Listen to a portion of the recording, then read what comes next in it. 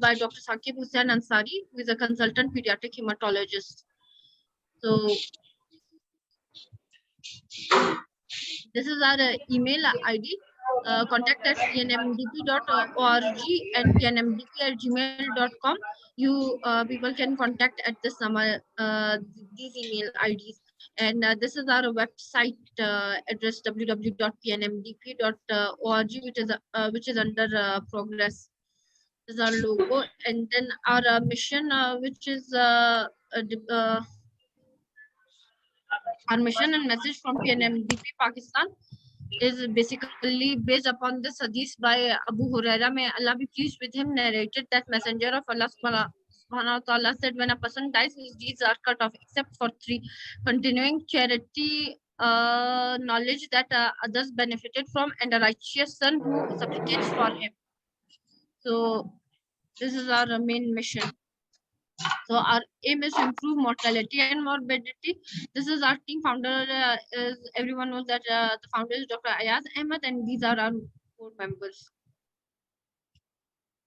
For a glance videos, on common clinical and QP topics, you people can watch our YouTube channel, and you people can join PNMDP as a member as well.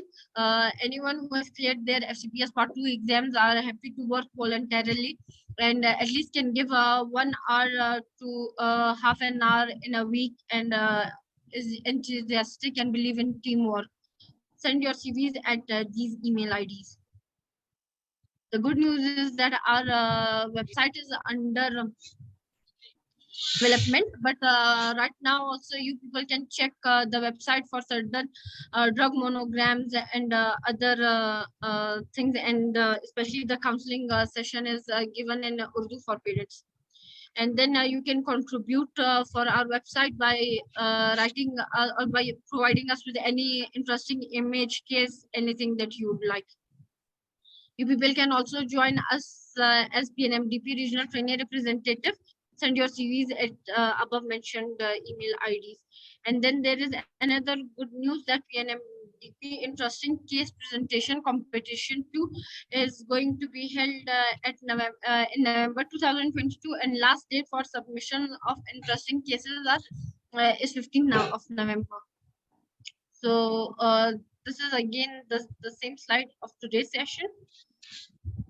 So I will share the survey link at the end of the session in our in the chat box. Please, it's a request to complete this survey before the session ends.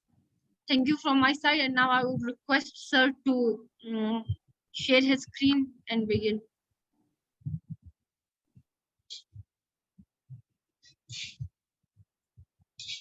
Bismillah.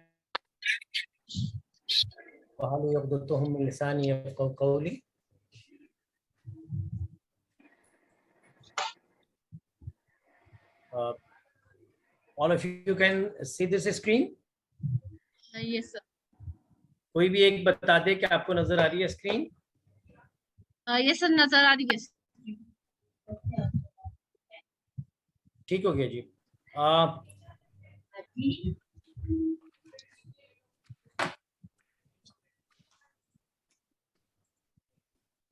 Young female presented with a history of epistaxis, bleeding from gums. On examination, petechiae ecchymosis. Bone marrow was performed, which was normal. And diagnosis बताएं कोई any volunteer. देखिए हमारे साथ जब पढ़ाई लिखाई और जब होगा तो हमें थोड़ी सी इंटरेक्शंस चाहिए, कोई आगे से जवाब चाहिए, और अगर हम खामोशी रहेगी तो मजा नहीं आता. So what we are dealing with? Most likely ITP. ठीक हो गया जी, ITP. So इनको मैनेज किया गया अकॉर्डिंगली मेडिसिन से, मगर प्लेटलेट इंक्रीज नहीं हुए, तो 1 साल बाद इनकी स्प्लीन रिमूव कर दी गई. समझा क्या Bernard Solier syndrome. जनाब. फिर जब 1 महीने के बाद सर्जरी के इनके प्लेटलेट फिर भी नीचे रहे, तो किसी पैथोलॉजिस्ट ने जब अच्छे से स्लाइड को रिव्यू किया तो उसने देखा कि लार्ज जाइंट प्लेटेड, बजवर्ड क्या है? बजवर्ड है जाइंट प्लेटलेट्स, बड़े बड़े प्लेटलेट। 10 के सिक्का होता था ना पहले, 10 के पैसे का सिक्का, उस शेप के प्लेटेड स्लाइड पे नजर आए।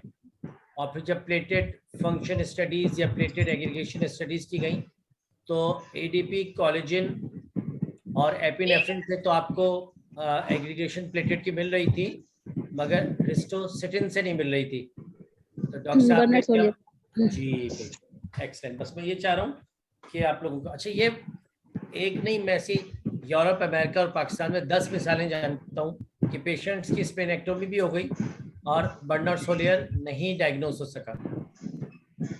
क्या वजह है, कोई बताएगा?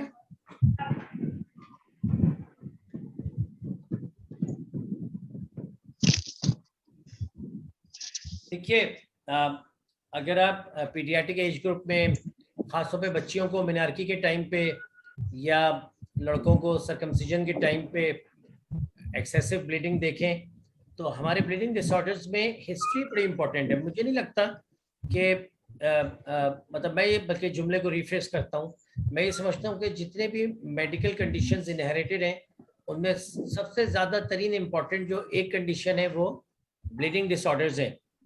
और कोई लेबोरेटरी जो है एक्सेप्ट जेनेटिक टेस्टिंग के, उसकी भी अपनी लिमिटेशंस हैं। वो इन वीवो को इन विट्रो करके देख रहे होते हैं, वो कैल्शियम, फॉस्फेट, वो तमाम कंडीशंस डाल के आपकी पीटी, एपीटीटी, आपका जो टेस्ट है, सबका जो प्रिंसिपल है वो है कि जो आप इन वीवो बॉडी में हो रहा है कैल्शियम, फॉस्फेट, वो सरफेस जिसके ऊपर एंडोथेलियम, जिस पे कोएगुलेशन हो रही होती है, वो हम लेबोरेटरी में क्रिएट करते हैं, तो कभी भी आइडियल नहीं हो पाती है। एक बात अब इसको देख लीजिए, जो प्लेटेड नंबर्स के प्रॉब्लम्स हैं आपके, तो प्लेटेड नंबर्स के जब प्रॉब्लम्स होंगे आपके, तो you never know, are you dealing with ITP or you are dealing with congenital inherited thrombocytopenias. ITP का अपना कोई डायग्नोस्टिक टेस्ट नहीं है इस तरह का कि आपने टेस्ट किया और बता दिया ये ITP है। ITP is the diagnosis of exclusion. Bone marrow में ITP में क्या मिलता है डॉक्टर साहब? नॉर्मल होती है, normal bone marrow finding. Excellent, excellent, increased megakaryocytes. Impress, very good. So बड़ा वो होता है जी, ITP मिला कि नहीं मिला बोन मैरो में। तो ITP मिला कि नहीं मिला बोन मैरो का मतलब ये होता है कि बोन मैरो नॉर्मल है ना भाई, ल्यूकेमिया तो नहीं है, ए मेगाकैरोसाइटिक थ्रोम्बोसाइटोपेनिया तो नहीं है, Diamond Blackfan anaemia, evolving aplastic anaemia, Fanconi's anaemia, hypocellular marrow, ये सब मसाइल तो नहीं है। ल्यूकेमिया, लिम्फोमा, मैलिग्नेंसी, माइलोफाइब्रोसिस, कोई ऐसी चीज तो नहीं है। तो इसलिए मैरो करते हैं ITP में देखने के लिए कि सब नॉर्मल है कि नहीं है। अच्छा, फिर आ जाते हैं हम कि भाई सब नॉर्मल है, ITP है, अच्छा भाई ITP करके ट्रीट करो। प्रॉब्लम ये होता है कि अगर आप जैसा कोई ज़हीन डॉक्टर बैठा भी है और बहुत समझदार डॉक्टर जिसने आज की प्रेजेंटेशन भी सुन ली और वो क्लिनिक गया और उसने तमाम थ्रोम्बोसाइटोपेनिया वालों को कहना शुरू किया कि भाई इसको बर्नर सोलियर ना हो, खाएं बर्नर सोलियर ना हो, तो वो भी फिर मार खा सकता है इस बात पे कि burner plated coagulation, plated aggregation study या प्लेटेड फंक्शन टेस्ट का जो प्रिंसिपल है डॉक्टर साहब, उसमें लार्ज क्वांटिटी ऑफ प्लेटेट चाहिए होते हैं। तो 1 लाख से ऊपर, 80,000 से ऊपर प्लेटेट हो तो वो जाके एग्रीगेशन और कोएगुलेशन बताते हैं कि एग्रीगेशन हो रही है कि नहीं हो रही। अब जब प्लेटेट की क्वांटिटी ही कम है तो उस टेस्ट की लिमिटेशन ये है कि वो टेस्ट नहीं हो सकता कम क्वांटिटी में, वो सही इन वीवो का रिफ्लेक्शन नहीं दे सकता, तो आपके हाथ पांव बन जाते हैं। और फिर अब सेकंड टेस्ट कौन सा है? Platelet aggregation study, platelet function test पे आप नहीं कर पा रहे तो सेकंड टेस्ट कौन सा है? Flow cytometry. एक्सीलेंट, क्या देखेंगे फ्लो साइटोमेट्री पे?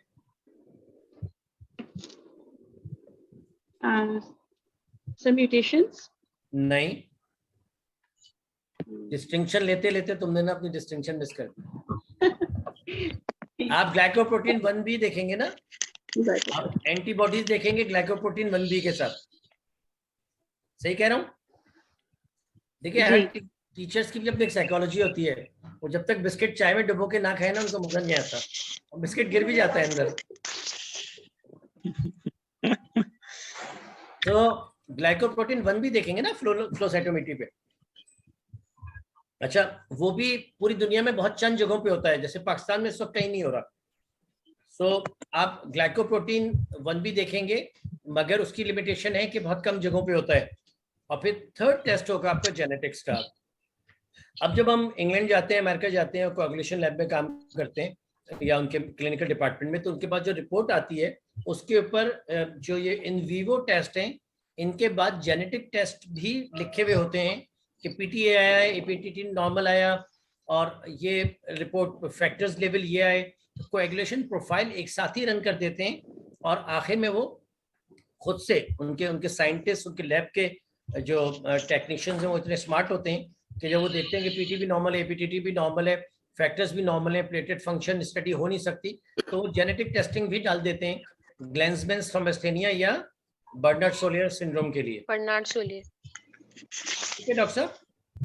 A male child who is starting to walk and present with a painful swelling joint after a fall. Diagnosis? Hemophilia. An adolescent girl, resident of Karachi, referred to a hospital with history of excessive menstrual bleeding, past history of nose bleeding, and pallor. Von Willebrand. Very good. One of the differential is von Willebrand. I respect your point, but differential diagnosis, the topmost is von Willebrand. Agree. One or two more. IT function disorder. IT function disorder. तीनों चीजें हो गई ना। सो मैं आपका जहन इस बात का बना रहा हूँ कि कभी भी approach to a bleeding person, child, man, women, start with CBC and PTA PTT. CBC में आपने प्लेटलेट को देख लेना है, और जाहिर है पीटीए पीटीटी आपने देख लेना है, ठीक है। A 5-year-old child who is not clinically sick but present with moderate mucocutaneous purpura, running nose, fever for 1 week. ITP. Very good. A teenage girl, easy breathing, mild pallor, presented to a pediatrician, family history of rheumatoid arthritis and SLE. ITP.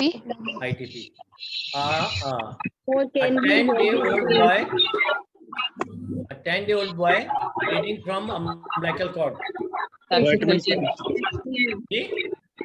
Vitamin K. Vitamin K deficiency. किसी एक speaker कर रहा है। Anyone can volunteer? The other participants, just please mute your mics. सब अपने mic उस तरह से जिसको जवाब देना हो खोल ले तो अच्छा रहेगा। अच्छा, कोई सेकंड Disease of newborn. ये तो हो गया ना विटामिन के, आगे बोलो। Factor Factor 13 deficiency. यस, ये किसने बोला, नाम बताओ। हेलो। Good, very good. इसके ऊपर बात करेंगे कि फैक्टर 13 लेट क्यों ब्लीड करता है। ये जो है ना, मैं अभी भी आपसे एग्री करूंगा, पहले विटामिन के ही बोलना चाहिए, मगर जो बज़वर्ड है ना, लेट अम्बिलिकल कॉर्ड ब्लीडिंग का जो बज़वर्ड है, ये फैक्टर 13 के लिए है बच्चों, ठीक है। ये real life scenario, space occupying living an infant proceed for surgery by neurosurgeon. The initial hemostasis was secured, but then child start bleeding from surgery side. Baseline पे PT APTT normal था।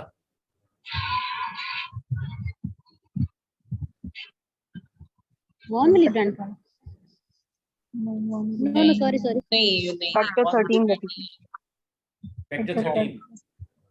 और इसका एक बच्चा पहले मर चुका था फैक्टर 13 की कमी से, और दूसरा बच्चा पैदा हुआ जो किताबी और अमली जिंदगी में वो है ना बज़वर्ड, और आपके दिमाग में जो एकदम से स्पार्क कर जाए, वो ये कि इंट्राक्रैनियल ब्लीडिंग। यस, वो तो हो गया, ऊपर वाली बात हो गई।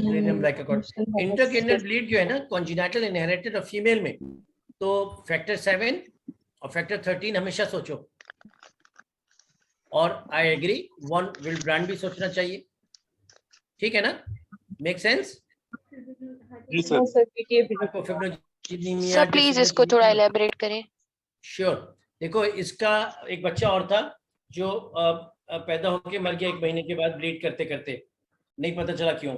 दूसरा बच्चा पैदा हुआ, उसको स्पेस ऑक्यूपाइंग लीजन था, सर्जरी कर दी निकालने के लिए, वो ब्लीड था, और सर्जरी के 24 या 48 घंटे बाद 24 या 48 आवर्स के बाद the child start bleeding from the surgical site. इसकी उम्र होगी 2, 4, 6 महीने। तो If it's क्या true, then the मालूम date किया will कि be एक और बच्चा adjusted. मर चुका है। पुराने बच्चे की रिपोर्ट्स निकलवाई तो पता चला वो फैक्टर 13 डेफिशिएंसी था जो मर चुका है।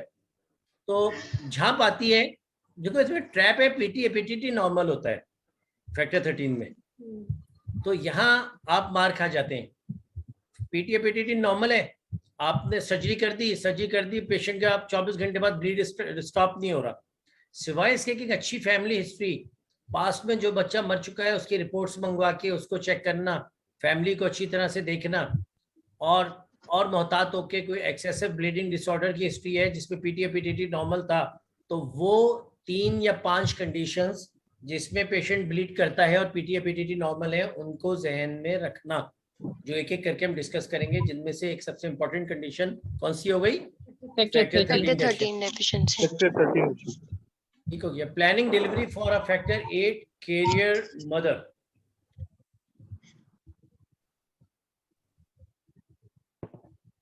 Planning delivery for factor 8 fetal medicine की बात हो रही है सर। आपके पास तो वो ब्लीड करके और डेड बच्चा लेकर आते हैं, या इंट्राक्रैनियल ब्लीड के साथ लाते हैं, या हिमेटोमा के साथ लाते हैं, आप उसको पहले पिक करिए ना। एक बच्चा उनका तो पहले क्रायोप्रेसिपिटेट हम अरेंज करेंगे। एक स्टेप पर चलते हैं ना। पहली बात तो ये हो गई, सेक्शन बहुत होना sense- चाहिए, इलेक्टिव सेक्शन। अच्छा लिखते जाएं point, elective section, cryoprecipitate, very good. मजा आ रहा है ना? तो तुम लोगों की तरफ से जवाब आ रहे हैं, जैसे भी आ रहे हैं, मतलब आदमी को मजा आता है, फिर हम भी जागते रहते हैं, पढ़ाने में भी मजा आता है। बेटा देखो 2 लाइफ से डील कर रहे हैं, मदर को भी आपको, आप जब सवाल के जवाब स्टार्ट करोगे एग्जाम कॉपी पे, we are dealing with 2 lives, mother and the baby, the fetus, so we have to plan some things for mother and some things for baby. Okay, so mother की previously history लेंगे, menorrhagia वगैरह की कितनी रही है, and she career का मतलब ये होता है कि she may be maintaining a factor level between 15 to 35%, 40%, depends upon.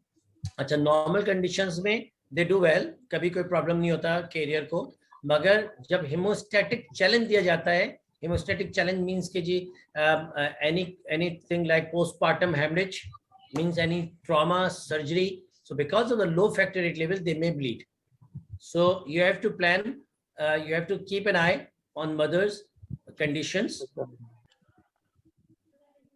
Cryoprecipitate में जो 5 चीजें होती हैं वो तो मैं आपसे बाद में पूछूंगा, इस दरमियान में आप गूगल करके रखें। मगर फैक्टर 8 हो तो फिर अब आप देखिए, जब भी एग्जाम में जाए ना, पाकिस्तान के सिनेरियो को बाद में बताएं, पहले के आइडियल एग्जाम का जवाब दें। फैक्टर 8 की हम अवेलेबिलिटी रखेंगे डिलीवरी के टाइम पे, और फैक्टर 8 उसके वेट और वजन के हिसाब से हम उसको लगाएंगे अगर जरूरत पड़ी तो, और अगर उसने ब्लीड नहीं किया। तीसरी बात पीसीवी हमेशा भी अरेंज करेंगे। दोबारा बोले, पीसीवीज भी हम अरेंज करके रखेंगे। That cells. वेरी गुड, कितनी अच्छी बात की, कितनी अच्छी अप्रोच है। जो बात हम हमेशा कहते हैं कि भाई जब आप डिलीवरी के लिए आई और आपका 8 हीमोग्लोबिन है और आप ब्लीड कर गई, आप कोलैप्स हो जाएंगी, सबसे पहले तो हम इस खातून का ड्यूरिंग प्रेगनेंसी HB 11-12 से ऊपर मेंटेन करेंगे। जिस वक्त ये डिलीवरी के लिए आए और ये ब्लीड भी कर जाए तो हीमोग्लोबिन कम होके भी 8 पे आए, 7 पे आए, 2-3 पे ना जाए। सो हम इसको हेमेटोनिक्स दे के, आयरन दे के, तो कसम नहीं खाली, कोई गुनाह नहीं है IV आयरन देना, IM B12 देना कोई बुरी बात नहीं है, पारेंटल देना। अपने बाप लोगों ने, हमने एक नस्ल के बाद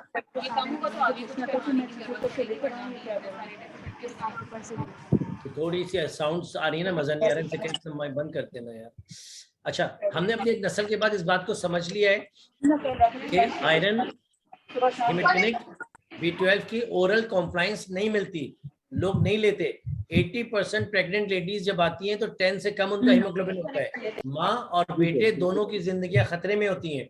हमें आपको एग्रेसिव होना पड़ेगा, और खास तौर पे जब हाई रिस्क डिलीवरी से हम डील कर रहे हो, जहाँ पे फैक्टर पहले ही कम हो, ब्लीडिंग के चांसेस हो, थ्रोम्बोसाइटोपेनिया हो, तो उनका हीमोग्लोबिन तो वैसे भी 11-12 से ऊपर रखने की कोशिश करेंगे।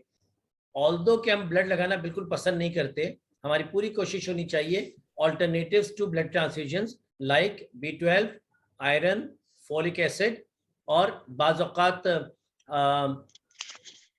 दुनिया भर की अगर बात की जाए तो वो लोग तो एक और काम भी करते हैं कि अपना ही ऑटोलॉगस ब्लड सेव कर लेते हैं ताकि किसी और का ब्लड लगाया ना जाए और उसको इमरजेंसी की सूरत में उनको दिया जा सके। बहरहाल पाकिस्तान में हम ये नहीं करते।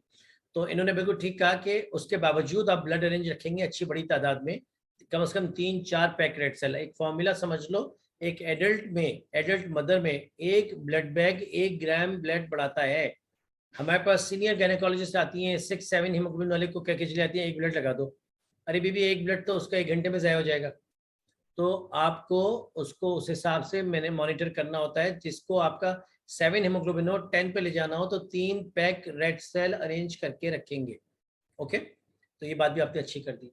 अब आ जाए फीटस के ऊपर। क्या इंपॉर्टेंट बात अल्ट्रासाउंड में देखेंगे मेरे genius doctors? Gender of the child, baby. देखा, एक ही जीनियस, इसलिए कहते हैं हर क्लास में एक जीनियस बच्चा होना चाहिए। नाम क्या है तुम्हारा? Sir, Hina. हिना। नाम की वजह से हिना सारी जीनियस होती है।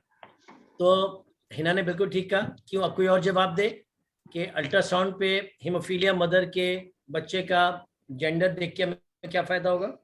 Sir, और कौन X-linked क्योंकि recessive एक्स है. लिंक हिना के अलावा डिसऑर्डर है ना, एक्स लिंक डिसऑर्डर है तो इसलिए उसमें चांसेस ऑब्वियसली ज्यादा वो बच्चा सिम्टोमेटिक होगा। कौन बच्चा? Sir, only male child जो है Male वो ही child. affected ओनली होगा. Male, only male. Will be affected. ठीक है ना? अगर फीमेल हुई तो मेरी आपकी टेंशन हाफ हो जाएगी, है ना? Yes. अगर फीमेल है जो 16 हफ्ते में पता लग जाता है सेक्स, तो मेरी और आपकी फिक्र आधी हो जाएगी, क्योंकि female are carriers have enough factor level, so they are not going to bleed इंशाल्लाह। मेल है तो आपको फिक्र होगी।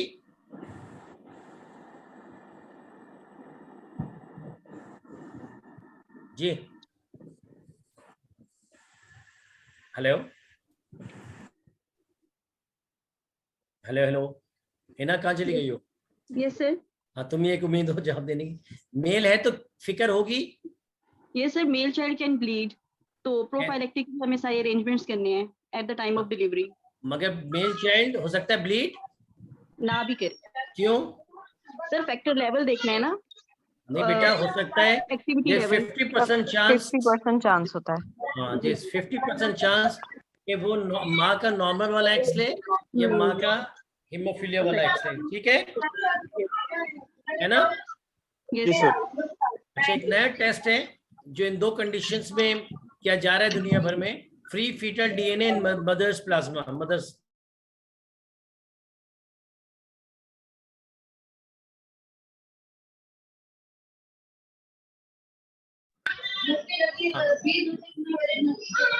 तो फ्री फीटल डीएनए जो है ये एक नई चीज है जो दुनिया भर में हो रही है, आपको पता होना चाहिए। आप मदर के ब्लड से फीटस का डीएनए चेक करके बता सकते हैं कि वो हीमोफीलिया डिजीज है कि कैरियर है, नंबर 1। और जिसकी मैं ज़रूरत नहीं समझता, आप एमनियोटिक फ्लूइड और आप सीवीएस करके भी 16 हफ्ते के बाद चेक कर सकते हैं, ताकि आप उस हिसाब से अपनी तैयारियां कर लें। और अगर पता लग गया या आप पाकिस्तान के सेटअप में पता नहीं भी लगा, आपको 50-50 है कि वो कैरियर है कि नहीं है, तो फिर आप क्या करेंगे? डिलीवरी के टाइम पे क्या इंस्ट्रक्शंस देंगे?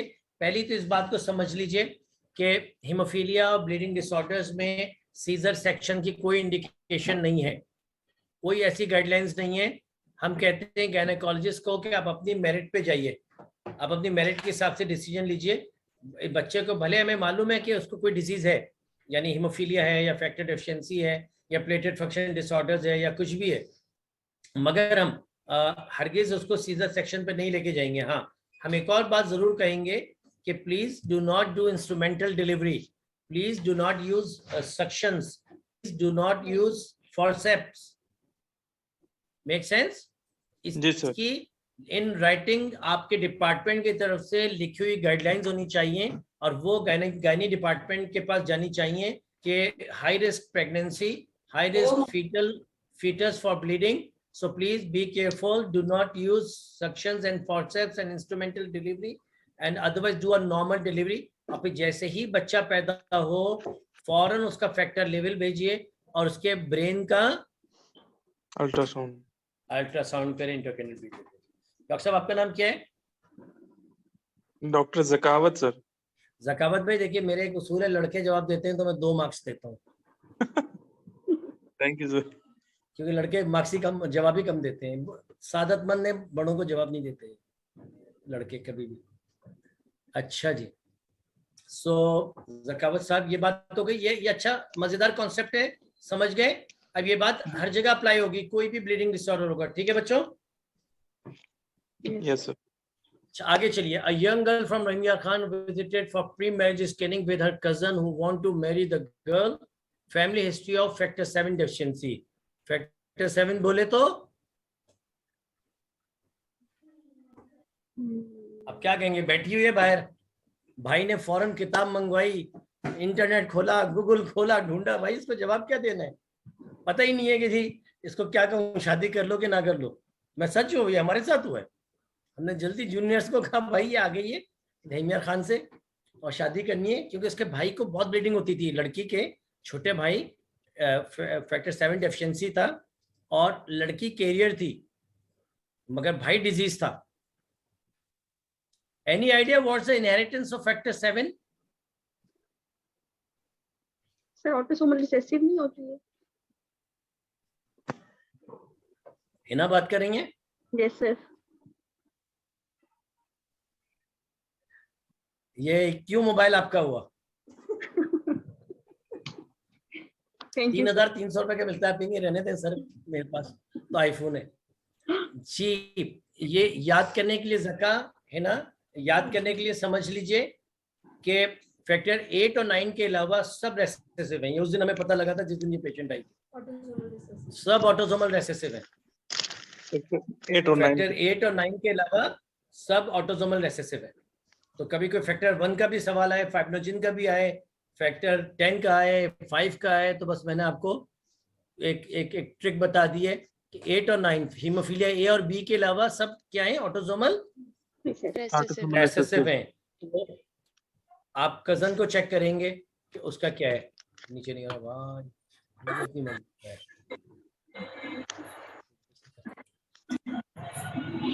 ठीक है जी। सो इस बैकग्राउंड के बाद हम थोड़ी पढ़ाई करते हैं, parts practical approach to bleeding child. एक तो आप कॉन्सेप्ट समझ लीजिए कि ओवरऑल हीमोस्टेसिस का कॉन्सेप्ट क्या है, और फिर कौन से डायग्नोस्टिक टेस्ट करेंगे और कौन सी मेडिकल कंडीशन है जो ब्लीड करती हैं और ट्रीटमेंट्स क्या की जा सकती हैं। सो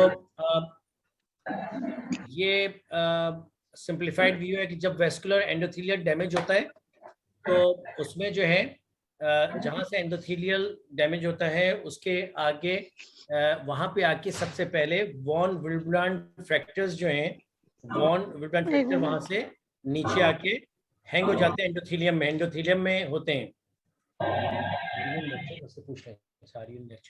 सो जहाँ ये जो एंडोथेलियम डैमेज हुई है इसके साथ वॉन विल्ब्रांड फ्रैक्चर आके लटकते हैं और उनके साथ आके ये प्लेटेड ग्रे कलर के हैं, ये आके अटैच होते हैं। तो 1B जो है प्लेटेड का, वो वॉन विल्ब्रांड फैक्टर के साथ आके अटैच होता है और फिर वॉन विल्ब्रांड फैक्टर दूसरी तरफ से दूसरे प्लेटेड को अटैच करता है और प्लेटेड आपस में भी पहले एडहियर होते हैं, फिर उसके बाद एग्रीगेट होते हैं और इस तरह से हीमोस्टेसिस स्टार्ट होती है। मैं हीमोस्टेसिस की फैमिली में 3 लोग बताता हूँ कि 3 लोग होते हैं। एक तो वेजो कंस्ट्रक्शन होती है कि कभी भी कोई ब्लीड करता है तो जो जो जो जो आपके प्रीशियस ऑर्गन्स होते हैं वहां पे आपका वो लाइक स्प्लीन और लिवर से ब्लड स्पेयर करके वेजो कंस्ट्रक्शन करके जो आपके ब्रेन और हार्ट को ब्लड सप्लाई करते हैं, किडनी से स्पेयर करके ब्रेन और हार्ट। तो vasoconstriction is the most important way of preventing excessive haemorrhage. ठीक है। दूसरा आ गया आपके पास टिश्यू फैक्टर्स और कोगुलेशन फैक्टर्स आ जाते हैं और तीसरा है प्लेटेड। ये तीन इंपॉर्टेंट तरीन एलिमेंट्स हैं कोएगुलेशन और हीमोस्टेसिस को प्रिजर्व करने के, हीमोस्टेसिस को सेव करने के। सो आपने क्या किया कि सबसे पहले वेसोकंस्ट्रक्शन हुई, उसके बाद टिश्यू फैक्टर एक्टिवेट हुआ और टिश्यू फैक्टर ने कोएगुलेशन कैस्केड को एक्टिवेट किया और कोएगुलेशन कैस्केड ने थ्रोम्बिन बनाया, थ्रोम्बिन ने फिब्रिन बनाया और उसने प्लेटलेट के साथ मिलकर स्टेबल हीमोस्टैटिक प्लग बनाया। प्लेटलेट एडहेयर हुए, पहले एडिशन हुआ, फिर प्लेटलेट का एग्रीगेशन हुआ थ्रोम्बोक्सिन A2 और ADP की मौजूदगी में, और फिर उसके बाद इन प्लेटलेट और इन फैक्टर्स का मिलके हीमोस्टैटिक प्लग सिक्योर हुआ। अब ब्लीडिंग हो जा रही है। अच्छा, उसके साथ आपने कोएगुलेशन सिक्योर कर लिया, आपने कोएगुलेशन तो सिक्योर कर लिया, मगर ये भी ना हो कि आप उसको थ्रोम्बोसिस कर दें, तो फिर फिब्रिनोलिटिक सिस्टम एक्टिवेट हो जाता है जो फिब्रिनोलाइसिस करता है, और एक हद तक कोएगुलेशन होने के बाद वेसल्स को थ्रोम्बोसिस से बचाने के लिए फिब्रिनोलाइटिक सिस्टम एक्टिवेट हो जाता है। अच्छा, ये आपका ओल्ड फैशन जो फर्स्ट ईयर MBBS में आप लोगों ने गाइटन में और फिजियोलॉजी में और मुख्तलिफ किताबों में डायग्राम पढ़ी थी कि जी हाई मॉलिक्यूलर कैनोजिन जो है वो कैलिक्रिन की मौजूदगी में फैक्टर 12 को 12A में करते हैं, 12A 11 को 11A में, 11A 9 को 9A में, और फैक्टर 8 के साथ मिलके 9 है activated factor 8, factor 9 calcium tissue factor, phospholipid की मौजूदगी में 10 को 10A में करते हैं, और 10-5 की मौजूदगी में, कैल्शियम की मौजूदगी में, फॉस्फोलिपिड की मौजूदगी में 2 को 2A में करता है, प्रोथ्रोम्बिन को थ्रोम्बिन में करता है, और 2 जो है फाइब्रिनोजिन को फिब्रिन में करता है, और फिब्रिन जो है एक स्टेबल क्लॉट बनाता है 13 के साथ मिलके। Activated factor 13 is important for making a stable clot. ठीक है क्या जी? ये हमारा बचपन का कॉन्सेप्ट है जिसमें हाई मॉलिक्यूलर कैनोजिन से लेके फैक्टर 9 और 8 तक कौन सा पाथवे आ गया? Intrinsic pathway. और फिर फैक्टर 7 वाला कौन सा पाथवे आ गया? एक्सट्रिंसिक पाथवे आ गया। ठीक हो गया जी। और फिर 5, 10, 2 और 1 कौन सा आ गया? Common pathway. अच्छा, जब इंट्रिंसिक पाथवे में प्रॉब्लम होगा तो क्या चीज प्रोलॉन्ग होगी? APDT। और एक्सट्रिंसिक पाथवे में कोई पैथोलॉजी क्या प्रोलॉन्ग होगा? और जब कॉमन में होगी तो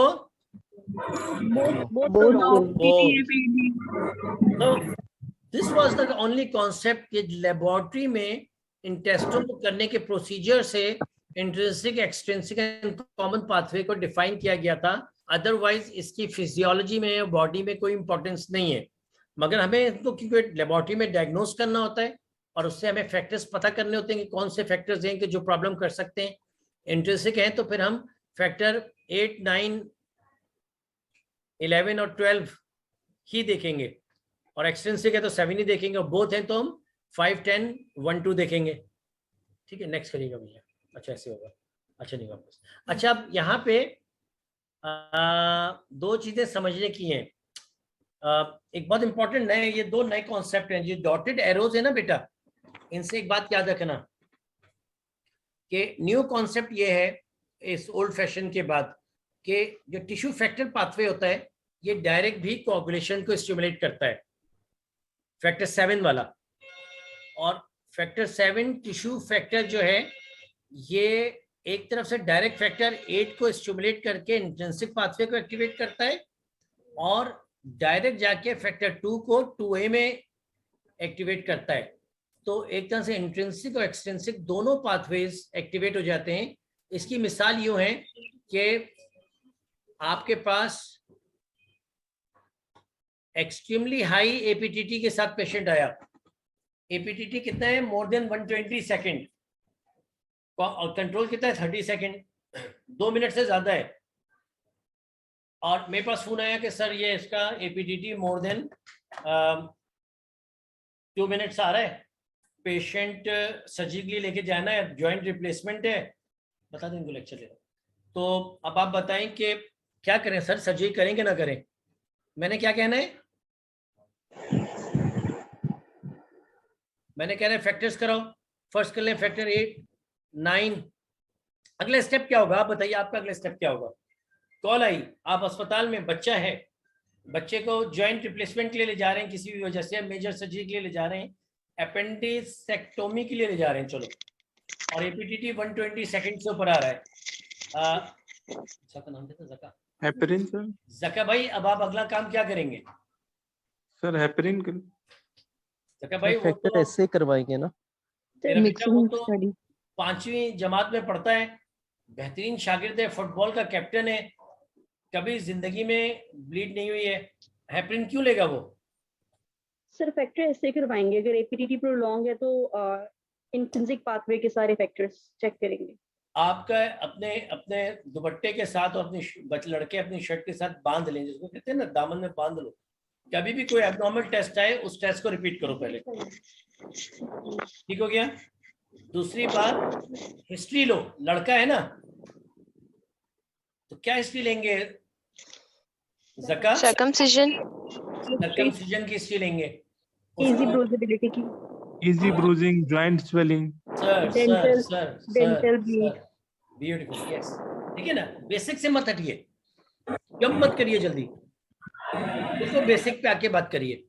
तो आपने हिस्ट्री अच्छी सी लेनी है, फैमिली हिस्ट्री लेनी है, पर्सनल हिस्ट्री लेनी है, any sort of excessive bleeding, any background of excessive bleeding अगर है तो आपने उसको पकड़ लेना है, और अगर कोई भी नहीं है, अब ये जिन खातून की मैं बात कर रहा हूँ इनकी 64 साल उम्र है, 64 ईयर्स। चले आपको पीडियाट्रिक सिनेरियो में बात करता हूँ कि अपेंडिसेक्टोमी के लिए आया है बच्चा, तड़प रहा है बच्चे की तरह, एक तो आपने एपीटीटी देखा प्रोलॉन्ग है, पीटी नॉर्मल है, ठीक है, और कोई किसी किस्म की कोई हिस्ट्री नहीं है। सबसे बेहतरीन लेबोरेटरी टेस्ट होता है सर्कमसिजन या मिनार्की।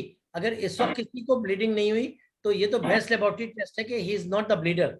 उसके बाद उन्होंने बताया कि एक बार पहले भी इसका एक्सीडेंट हुआ था, इसकी सर्जरी हुई थी और इसको माशाल्लाह ही डिड वेल, एक दिन में सर्जरी करके घर आ गया था और कोई एक्सेसिव ब्लीडिंग नहीं हुई थी।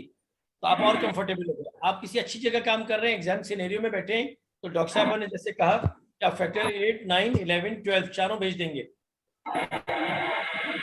ठीक है? अगर आप की कोई लिमिटेशन है तो फिर आप अकॉर्डिंगली डिसीजन लेंगे कि आपको क्या करना है। बहरहाल इसका जो मैं कैच देना चाह रहा था, जो पूरा सिनेरियो लेके चला था, वो इसलिए लेके चला था कि फैक्टर 12 अगर 0% भी है तो पेशेंट ब्लीड नहीं करेगा।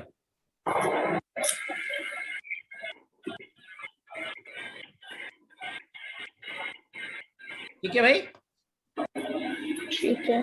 फैक्टर 12 जिसमें एपीटीटी प्रोलॉन्ग आएगा, अगर 0% भी आ रहा है, आप कहें आप सर्जरी पे ले जाएं, फैक्टर 8 नॉर्मल है, 9 नॉर्मल है, 11 नॉर्मल है, एपीटीटी प्रोलॉन्ग है, आप फिक्र ना करें, ये ब्लीड नहीं करेगा। आपने जो सर्जरी करनी है करते हैं, बिस्मिल्लाह करिए।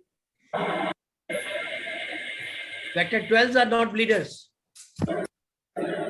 इसीलिए मैंने आपको समझाया था कि इंट्रिंसिक एक्सट्रिंसिक पाथवे का कॉन्सेप्ट हमारी लेबोरेटरी डायग्नोसिस के लिए तो है, मगर ब्लीडिंग डिसऑर्डर या ब्लीडिंग को पकड़ने के लिए इसकी बहुत ज्यादा सिग्निफिकेंस नहीं होती है। और इसीलिए ये इसी बैकग्राउंड में बता रहा हूँ कि टिश्यू फैक्टर पाथवे की इंपॉर्टेंस आती है कि टिश्यू फैक्टर पाथवे जब भी टिश्यू एक्सपोज होता है एपिथेलियल मेम्ब्रेन के कोलेजन एक्सपोज होता है तो टिश्यू पाथवे स्टिमुलेट हो जाता है, जो डायरेक्ट जाके फैक्टर 2 को और फैक्टर 8 को एक्टिवेट करता है, जो इंट्रिंसिक एक्सट्रिंसिक पाथवे को एक्टिवेट करता है, और जो थ्रोम्बिन बनाता है, थ्रोम्बिन जो है ना फाइब्रिनोजेन बनाता है। तो सख्ती से नाराजगी से नहीं है, कोई तो कैलकुलेशन का लैब का बच्चा भेजो, इतनी मेहनत से पढ़ा रहे हैं, दुनिया पढ़ रही है, तुम लोग तो आके डॉक्टर साहब खुद कह रहे हैं, तुम लोगों को समझ नहीं आती, डांट की गई है, क्या करें, इतने बिजी हैं कि उनके पास 2 लोग नहीं। सो ये 2 नए कॉन्सेप्ट थे बच्चों, समझ में आ गए?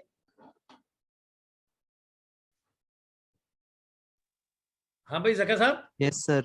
जी सर। जी सर, जी सर। अच्छा, अब देखो क्या हुआ कि प्लेटलेट एडियर हुए, एग्रीगेट हुए, उधर से फाइब्रिनोजेन बना, फाइब्रिन क्लॉट बन गया। ये रेड कलर का जो है ये फाइब्रिन क्लॉट है, प्लेटलेट के नीचे मैशवर्क है, मैशवर्क के ऊपर फाइब्रिन क्लॉट आके बैठा हुआ है, और इस तरह हेमोस्टेसिस सिक्योर हो गई। अब हो तो गई हेमोस्टेसिस सिक्योर, ये तो भाई हेमोस्टेसिस ही होती रहेगी तो ये तो कोएगुलेट करता रहेगा। अब 2 बातें यहाँ समझ लो, एक तो आपको थ्रोम्बिन करके बना के फिर फिब्रिनोजन बनाना है, और जहाँ ब्लीड हो रही है वहाँ पे क्लॉट बनाना है। दूसरी तरफ आपको उसको कंट्रोल भी करना है, ये ना हो कि क्लॉट ही बनता रहे और वेसल्स ब्लॉक होते रहे। ठीक हो गया जी?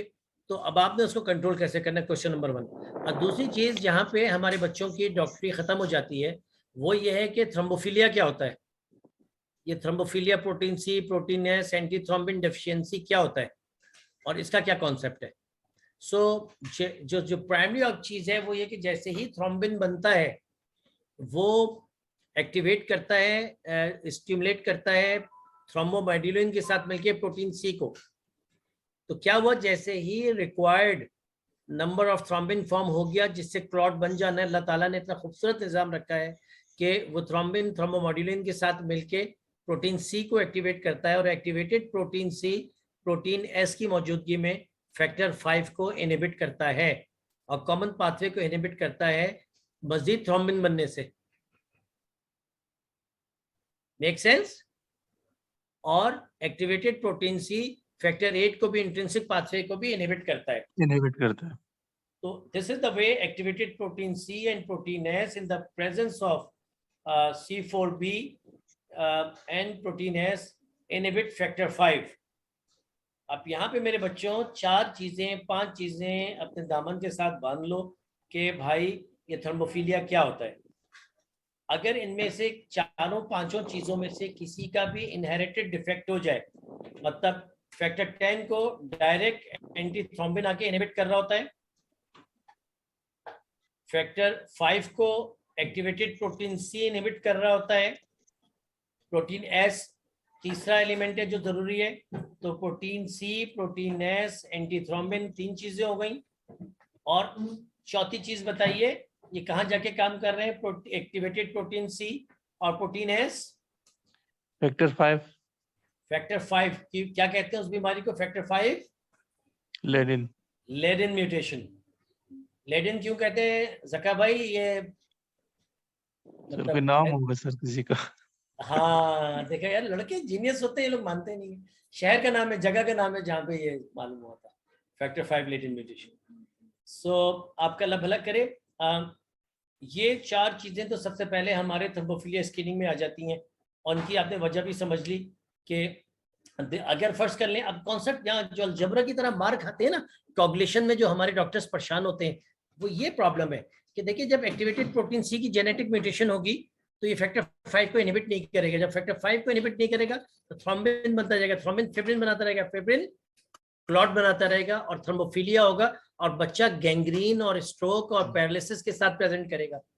Make sense? एंटीथ्रोम्बिन की डेफिशिएंसी होगी, फैक्टर 10 इनहिबिट नहीं होगा, फैक्टर 10 इनहिबिट नहीं होगा, फिब्रिन बनाता रहेगा। फैक्टर 5 लेडिन होगा, म्यूटेशन होगी, जहां पे जाके एक्टिवेटेड प्रोटीन सी को बैठना है और फैक्टर 5 को इनहिबिट करना है, वो जगह उसको एक्सेप्ट नहीं कर रही, वहां पे म्यूटेशन है, थ्रोम्बिन बने जा रहा है, फिब्रिन बने जा रहा है, क्लॉट हुए जा रहा है, बच्चा प्रेजेंट होता जा रहा है। ओके, अब आ जाए, एक ऊपर चीज नजर आ रही है जो मेरी बड़ी फेवरेट चीज है। फैक्ट जब भी कहीं कोई टिश्यू डैमेज होगा, ये कराची एयरपोर्ट पे जो अटैक हुआ था, जो लोग एक मिनट सर प्लीज, ये जो आपने कहा था कि एक्टिवेटेड प्रोटीन सी जो है वो फैक्टर 5 को इनहिबिट नहीं करेगा, तो थ्रोम्बिन जो है वो बनता ये मुझे ये पॉइंट अब मेरी थोड़ी क्लियर नहीं हुई।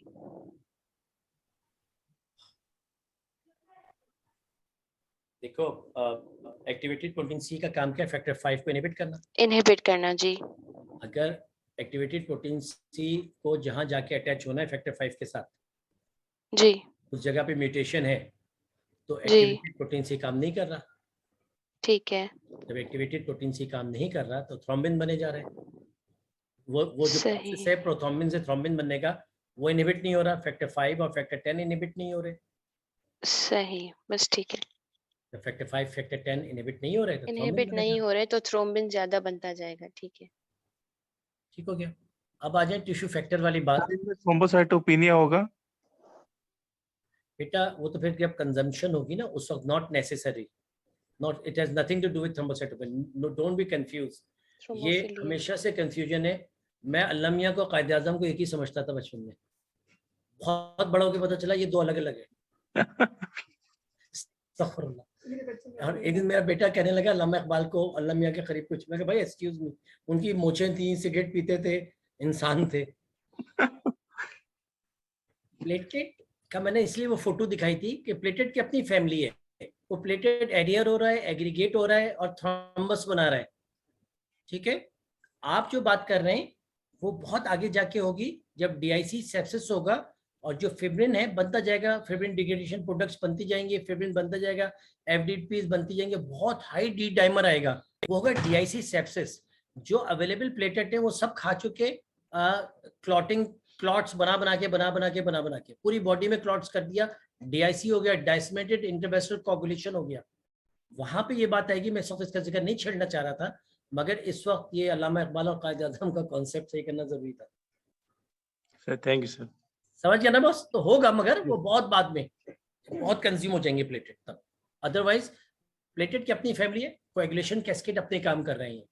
अच्छा, टिश्यू फैक्टर पाथवे इनहिबिटर, पांचवी चीज है बेटा, देख लो, चौथी चीज है tissue factor pathway inhibitor is a different inhibitors when you have more factor 7 and more tissue factor is activated, tissue factor pathway inhibitors along with 10A inhibit factor 7. So factor 7 जो कि डायरेक्ट जाके 10 को 10A में activate कर रहा है, वो ये काम ना करे और थ्रोम्बस ना बने। ये भी समझ गए? टिश्यू ये नहीं समझ आया। चौथा पाथवे है ना बेटा। अभी तक तुमने तीन चीजें डिस्कस की थी, protein C, protein S, antithrombin, factor 5 Leiden. जी सर। अभी तक चार चीजें की थी ना बेटा। एंटीथ्रोम्बिन, थोड़ा सा थ्रोम्बिन बन जाता है, वो फिर पीछे से एक्टिवेट कर देता है एंटीथ्रोम्बिन को, कि काफी थ्रोम्बिन बन गया, अब एंटीथ्रोम्बिन बन जाए जो कि फैक्टर 10A को इनहिबिट करे, और इसी के ऊपर हेपरिन काम करती है। और क्लेक्सिन को मॉनिटर इसी से किया जाता है, एंटी 10A लेवल से हम क्लेक्सिन को मॉनिटर करते हैं ना। जी सर। आप लोग परेशान इसलिए मत हो कि ये वाकई में मुश्किल कॉन्सेप्ट्स और हैं, तो मुश्किल नहीं, मगर हम लोगों ने यहाँ पे हम कंफ्यूज होते हैं, तो मैं बहुत सुकून से, बहुत आराम से चाय पी के आपको रिलैक्स करके बात करूंगा। खान साहब भाई कोयटा से कहने लगे हमारा पहले बीवी थे 6 बच्चा है। हमने कहा हमारा भी पहला बीवी थे 6 बच्चे है।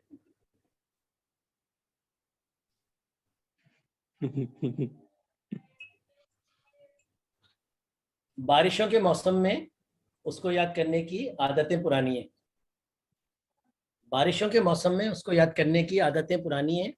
अब की बार सोचा है आदतें बदल डालें। वाह सर वाह, अब तो शायर भी है। फिर ख्याल आया आदतें बदलने से बारिशें नहीं रुकती, बारिशें नहीं। ठीक है, मैं रिलैक्स हो गया थोड़ा। अब आ जाए वापस। हमने ये डिस्कस किया कि जब थ्रोम्बिन बन जाता है तो थ्रोम्बिन थ्रोम्बोमॉड्यूलिन के साथ मिलके प्रोटीन सी को एक्टिवेट करता है, और activated protein C protein S की मौजूदगी में फैक्टर 5 को इनहिबिट करता है। क्लियर? फिर हमने डिस्कस किया एंटी थ्रोम्बिन डायरेक्ट आके 10A को इनहिबिट करता है। ठीक है, फिर हमने कहा कि अगर प्रोटीन सी ना हो, प्रोटीन एस ना हो, एंटी थ्रोम्बिन ना हो, तो थ्रोम्बिन बनता रहेगा, फाइब्रिन बनता रहेगा, क्लॉट होता रहेगा। क्लियर है? जी सर। जी। फिर हमने डिस्कस किया अगर फैक्टर 5 पे जहां पे जाके एक्टिवेटेड प्रोटीन सी को अटैच होना है, वहां पे फैक्टर 5 की म्यूटेशन हुई तो फैक्टर 5 लेडिन कहते हैं, तो भी थ्रोम्बिन बनता रहेगा। बिल्कुल सही। थ्रोम्बोफिलिया की 4 कंडीशंस डिस्कस कर ली। प्रोटीन सी अगर नहीं होगा तो थ्रोम्बिन बनता रहेगा, नहीं रुकेगा। प्रोटीन एस नहीं होगा तो थ्रोम्बिन बनता जाएगा, नहीं रुकेगा। एंटीथ्रोम्बिन नहीं होगा तो थ्रोम्बिन बनता रहेगा, और फैक्टर 5 लेडिन होगा तो थ्रोम्बिन बनता रहेगा, और इसको थ्रोम्बोफिलिया कहते हैं। जी सर। पांचवी कंडीशन है टिश्यू फैक्टर पाथवे इनहिबिटर। मैंने अभी आपको पीछे टिश्यू फैक्टर पढ़ाया था कि फैक्टर 7 डायरेक्ट आता है, नहीं पीछे नहीं पढ़ाया था, आगे पढ़ा रहा हूँ। ये रहा, हमने इंट्रिंसिक और एक्सट्रिंसिक पाथवे पढ़ा था ना बेटा। जी अच्छा, सर। अब उसको मैंने आपको बताया फैक्टर 12 0% भी होगा तो पेशेंट ब्लीड नहीं करेगा, तो इसने तो हमारी सारे के सारे कॉन्सेप्ट ही हिला दिए इंट्रिंसिक एक्सट्रिंसिक के। एपीटीटी 120 सेकेंड 3 मिनट आ रहा है और हम कह रहे हैं सर्जरी करो, 0% फैक्टर 12 में पेशेंट नहीं ब्लीड करेगा। वो इसलिए नहीं करेगा, इस डायग्राम को देखो, टिश्यू फैक्टर जाके, टिश्यू फैक्टर होता है आपके एपिथेलियल एंडोथेलियल मेम्ब्रेन्स में, जब एंडोथेलियल मेम्ब्रेन में डैमेज होता है तो टिश्यू फैक्टर एक्सपोज होता है। जैसे ही टिश्यू फैक्टर एक्सपोज होता है, फैक्टर 7 उसके साथ अटैच होकर कैल्शियम की मौजूदगी में कॉमन पाथवे में फैक्टर 10 को एक्टिवेट कर देता है और इंट्रिंसिक पाथवे में फैक्टर 11 को एक्टिवेट कर देता है, फैक्टर 9 को, सॉरी, फैक्टर 9 को एक्टिवेट कर देता है। कौन? फैक्टर 7। फैक्टर 7 कौन है? वो दूसरी फैमिली का है, वो एक्सट्रिंसिक पाथवे का आदमी है और एक्टिवेट किसको कर रहा है? इंट्रिंसिक पाथवे के फैक्टर 9 को, और उधर से डायरेक्ट कॉमन पाथवे को कर रहा है। ये है वो नया कॉन्सेप्ट जो मैं आपको बता रहा हूँ बेटा।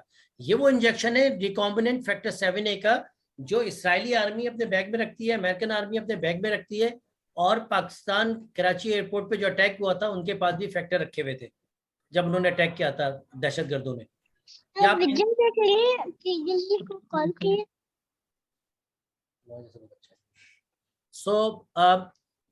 ये वो पाथवे है जो इंट्रिंसिक एक्सट्रिंसिक सबको बाईपास करके डायरेक्ट कॉमन पाथवे को एक्टिवेट करता है। 10 को 10A में, उधर से 9 को 9A में, 9 जाके 10 को, फिर डायरेक्ट 10 को, और कैल्शियम और फॉस्फोलिपिड की मौजूदगी में कॉमन पाथवे थ्रोम्बिन और फिर फेब्रिन बना लेते हैं। ये कॉन्सेप्ट समझ में आया? ये थोड़ा मुश्किल है सर। हाँ, कोई बात नहीं। देखिए, हम ये कह रहे हैं कि कहीं पे भी कोई टिश्यू डैमेज हुआ तो टिश्यू फैक्टर एक्सपोज हो जाता है आपके मेम्ब्रेन से। टिश्यू फैक्टर आपके एंडोथेलियल मेम्ब्रेन में होता है। Tissue factor is a rough tissue surface, okay. उस टिश्यू फैक्टर के साथ मिलके फैक्टर 7 जो आपकी बॉडी में होता है वो एक्टिवेट हो जाता है, उसकी वजह से वो एक्टिवेट हो जाता है। टिश्यू फैक्टर 7 को एक्टिवेट कर देता है। फैक्टर 7 दो काम करता है। फिर ये जाहिर है आपका 10 साल 15 साल का एक कॉन्सेप्ट है इंट्रिंसिक एक्सट्रिंसिक पाथवे का, हम उसको शेकी कर रहे हैं, आपको बिल्कुल एक डिफरेंट कॉन्सेप्ट दे रहे हैं, तो मुश्किल तो होगी समझने में। टिश्यू फैक्टर एक्सपोज हुआ, टिश्यू फैक्टर ने फैक्टर 7 को एक्टिवेट किया। फैक्टर 7 ने डायरेक्ट जाके दो काम किए, डायरेक्ट 10 को किया और 9 और उधर से 9 को किया। 9 ने फर्दर 10 को एक्टिवेट किया और फिर 10 5 की मौजूदगी में फॉस्फोलिपिड और कैल्शियम की मौजूदगी में प्रोथ्रोम्बिन को थ्रोम्बिन बना दिया। थ्रोम्बिन ने फाइब्रिनोजिन को फिब्रिन और फिर उसने फाइब्रिनोजिन बना दिया। है ना, समझ में आया बेटा? Yes sir. कर लो और समझ लो, देख लो सर। ये पूछना था कि ये जो टिश्यू फैक्टर है वो डायरेक्टली कॉमन पाथवे को कर रहा है या कॉमन पाथवे के साथ इंट्रिंसिक एंड एक्सट्रिंसिक बोथ को कर रहा है? मतलब इसको हम क्या कहेंगे कि टिश्यू फैक्टर जो है वो दोनों को कर रहा है? दोनों को कर रहा है। यहीं पे एक कॉन्सेप्ट समझ लो। ये लोग करते ये हैं कि बहुत ही इस पाथवे से बहुत थोड़ी तादाद में थ्रोम्बिन जनरेट होता है, ठीक है, मगर वो थ्रोम्बिन, आप ये डॉटेड लाइंस देख रहे हैं, जाके 8 को एक्टिवेट कर रहा है और उधर से 11 को एक्टिवेट कर रहा है।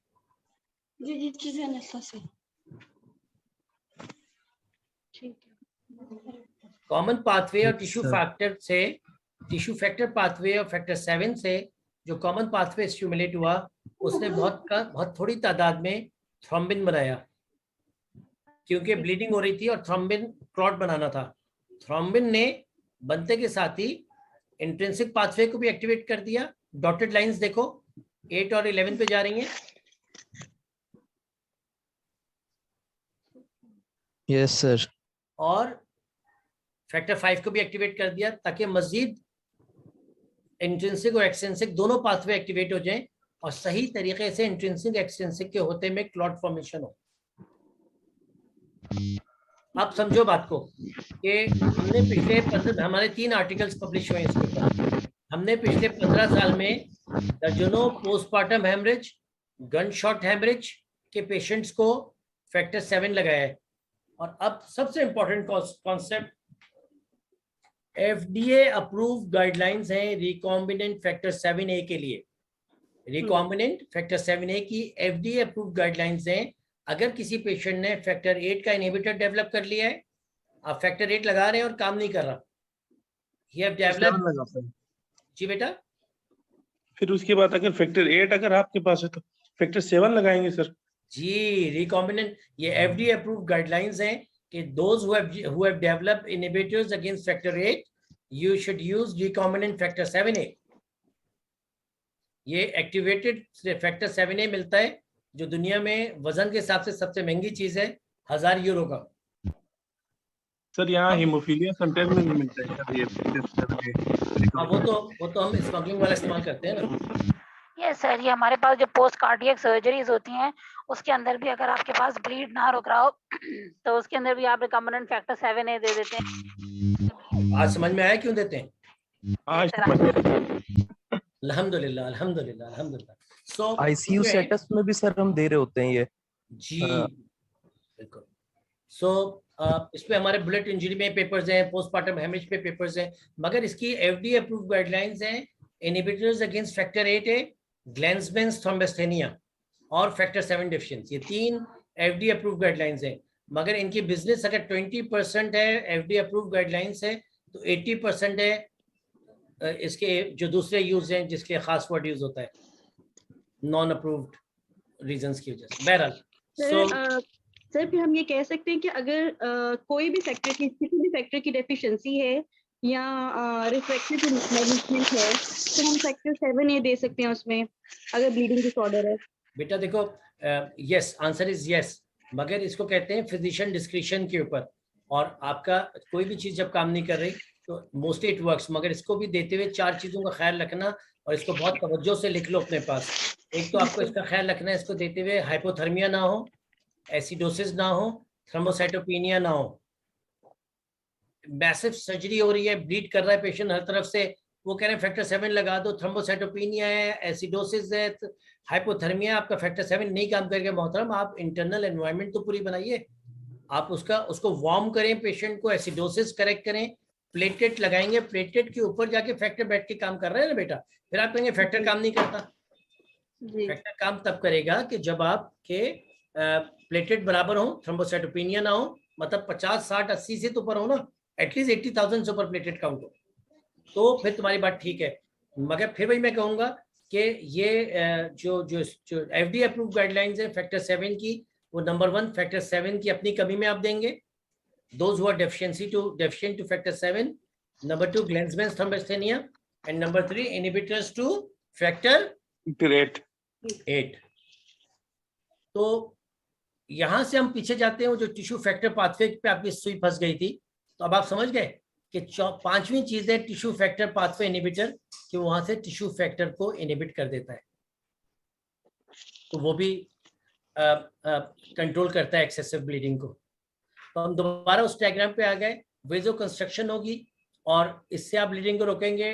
टिश्यू इंजरी हुई, कोलेजन एक्सपोज हुआ, टिश्यू फैक्टर एक्टिवेट हुआ, कोगुलेशन एक्टिवेट हुई, थ्रोम्बिन बना, फिब्रिन बना, स्टेबल हेमोस्टैटिक प्लग बना, और फिर प्लेटेड एडहियर हुए, एडिशन हुई, फिर उनकी एग्रीगेशन हुई थ्रोम्बोक्सिन A2 और ADP की मौजूदगी में, और प्लग बना। ठीक है, वापस जा रहा हूँ, एक और चीज रह गई थी, ये फिब्रिन बन गया, अब क्या हो रहा है फिब्रिन के साथ?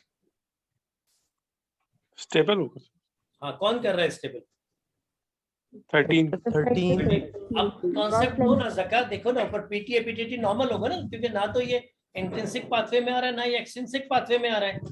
हाँ बिल्कुल सर, इसलिए पीटी एपीटीटी नॉर्मल होता है, पेशेंट ब्लीडर होता है। ठीक हो गया ना, ये इंट्रिंसिक पाथवे, तो पीटी एपीटीटी नॉर्मल है, पेशेंट ब्लीड करेगा। इसका दुनिया में और कोई तरीका नहीं कि अच्छी सी हिस्ट्री ली जाए, फैमिली से पूछा जाए, सर्कमसिजन, मिनार्की, मेनोरेजिया, खाला मामू, भाई बहन, कोई एक्सेसिव ब्लीडिंग हिस्ट्री है कि नहीं, और दूसरी बात, अल्लाह से दुआ करके निकलो रोजाना सुबह कि कोई ऐसा पेशेंट मेरे पास ना आए कि जो कि मुझे फंसा दे। सही है, मगर हिस्ट्री और हिस्ट्री। अच्छा, जब फैक्टर 13 नहीं होगा, फिब्रिन बंद तो जाएगा मगर स्टेबलाइज नहीं होगा, इसके वो फिर 24-48 घंटे के बाद ब्लीड कर जाता है। सर आपने फैक्टर 12 का कुछ बताया? फैक्टर 12 का तो बाबू देखो ना, ये रहा फैक्टर 12, हाई मोलिकुलर किनेनोजन से फैक्टर 12 एक्टिवेटेड फैक्टर 12 में हो रहा है, मगर यहाँ पे डॉक्टरी और साइंस फेल है बताने में कि ये 0% भी है तो पेशेंट ब्लीड क्यों नहीं करता। मैंने 12 सर्जरी करा दी है पेशेंट्स की, फैक्टर 12, 64 साल की उम्र में खाला आ रही हैं, और उनका जो है सर्जरी के टाइम पे, और ये सब इंसिडेंटल फाइंडिंग होता है, जाहिर ब्लीड तो नहीं करते, they never bleed. Factor repeat करेंगे आप, दोबारा कम आएगा। आप हिस्ट्री लेंगे, नेवर, नो ब्लीड हिस्ट्री, 12 बच्चे हुए, नॉर्मल जिंदगी, 5 सीजर हुए, कभी कुछ नहीं हुआ। तो आप देखेंगे फैक्टर 12 0% है। आप कहेंगे सर जी करो, कुछ नहीं होता भाई, इजी रहो, इजी फील करो। ये जब भी मैंने आपको तमहीद बांधी थी कि भैया ये इंट्रिंसिक, एक्सटेंसिव और कॉमन पाथवे हमारे लेबोरेटरी के टेस्टों में डायग्नोसिस करने के लिए हमें हेल्पफुल करते हैं। It has nothing to do with in vivo what the coagulation process is going on. Make sense? जी सर। है ना? ठीक है, समझ में आ रहा है बेटा? Yes sir. सर इसका मतलब हमारे पास अगर कभी भी कोई इंजरी हुई है, इधर वो साथ में वेस्कुलर इंजरी हो गई, एंडोथेलियल इंजरी भी हो गई, और फिर तो ये सारे तो सारी चीजें साथ ही एक्टिवेट हो जाती होंगी, आपके प्लेटलेट्स भी, आपके टिश्यू फैक्टर्स भी, आपकी कोआगुलेशन वाला भी, कैस्केड भी। तो इस वक्त तो फिर हम ये नहीं कर सकते ना कि एक्सट्रिंसिक पाथवे चल रहा है, एक्सट्रिंसिक पाथवे चल रहा है। ये तो बस हम उसमें फाइंड आउट करने के लिए देख रहे हैं कि कौन कौन से फैक्टर्स की किस डायग्नोस्टिक पर्पस। उसके लिए बेटा पैदा होने वाले भी ना, एक बच्चा पैदा हुआ, वो फर्स्ट स्कैन उसको ब्लीड हो रहा है, आपने क्या फैक्टर 7 कम आया, तो इसका क्या मतलब है?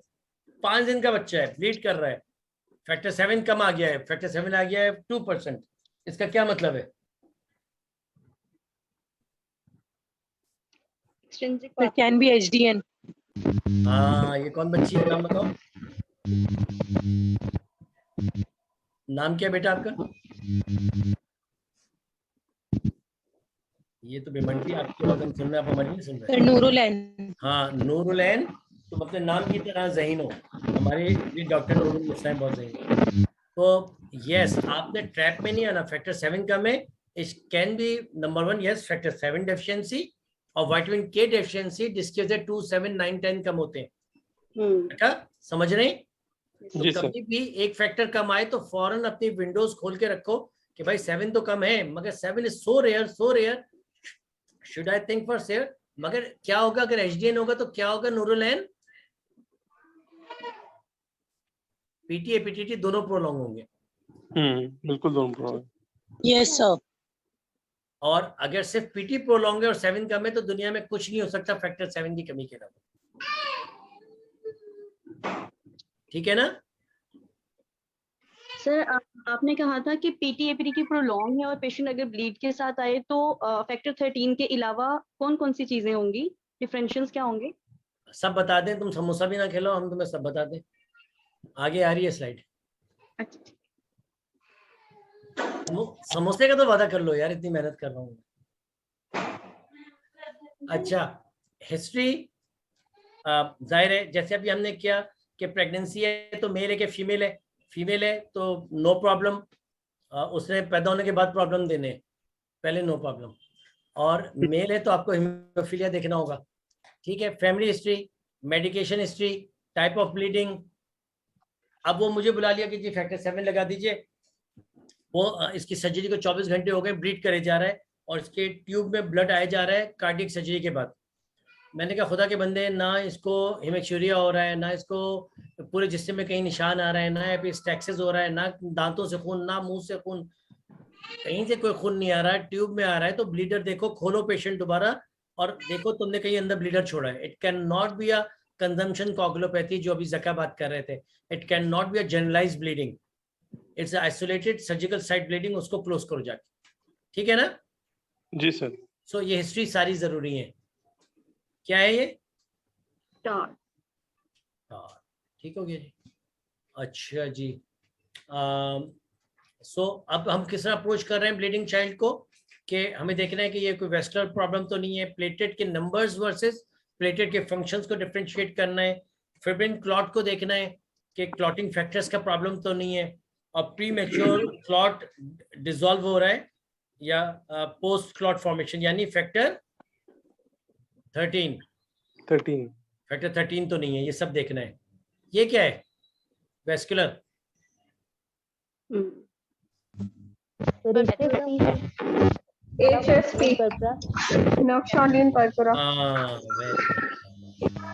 सो मैंने एक ये बनाया हुआ है अपना, थोड़ा सा डाला कुछ इधर उधर से उतारा, कि मेरे पास जब पेशेंट आता है तो मैं पहले सीबीसी करता हूँ, प्लेटेट काउंट्स चेक करता हूँ, और पेरिफेरल स्मेयर को कह लो, ये ब्लड फिल्म लाजमी है बच्चों। एक पेशेंट आया, उसके प्लेटलेट काउंट 10,000 है। नूर क्या करेंगे?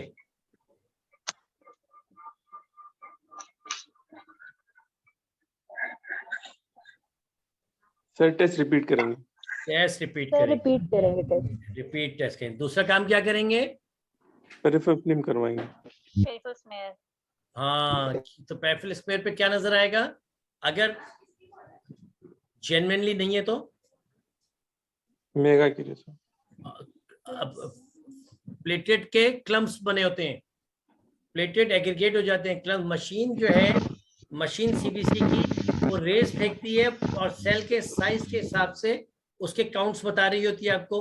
वो जब छोटे साइज की लाइट आके स्पेक्ट्रोफोटोमीटर पे पड़ रही होती है तो बताती है प्लेटलेट 4 लाख है। थोड़े बड़े साइज के होते हैं, अंदर से लाइट पास हो रही होती है, बताते हैं हीमोग्लोबिन ये है।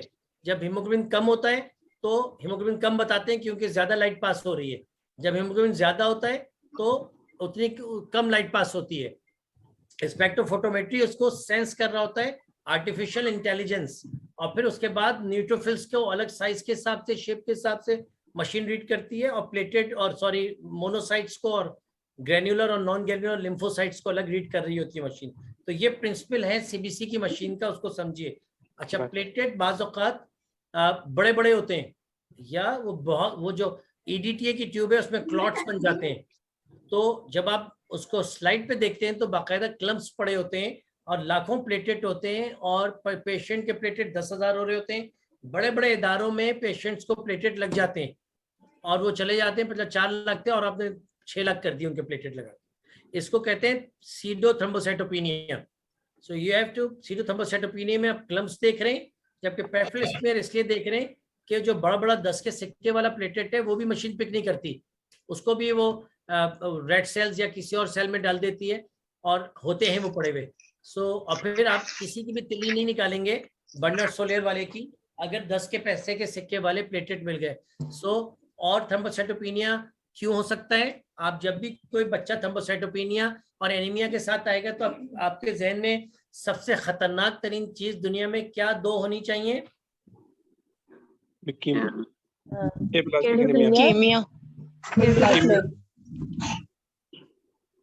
कोई भी बच्चा थ्रोम्बोसाइटोपिनिया और एनीमिया के साथ आए तो 2 चीजें जो आपके दिमाग में बेल बजा दें। मैंने देखिए एप्लास्टिक एनीमिया में न्यूट्रोपिनिया भी होगा, मैंने लीकोपिनिया और न्यूट्रोपिनिया नहीं कहा, मैंने थ्रोम्बोसाइटोपिनिया।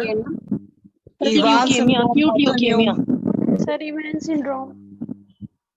ठीक है, थोड़ा सा सेंस बनाए इवन सिंड्रोम से। कौन पॉजिटिव है, एनीमिया है, थर्मोसाइटोपिनिया है, इवन सिंड्रोम सोचेंगे, मगर it can be manage up till some extent. जिंदगी 24 घंटे में मरीज मर जाएगा अगर मैंने उसको नहीं पिक किया।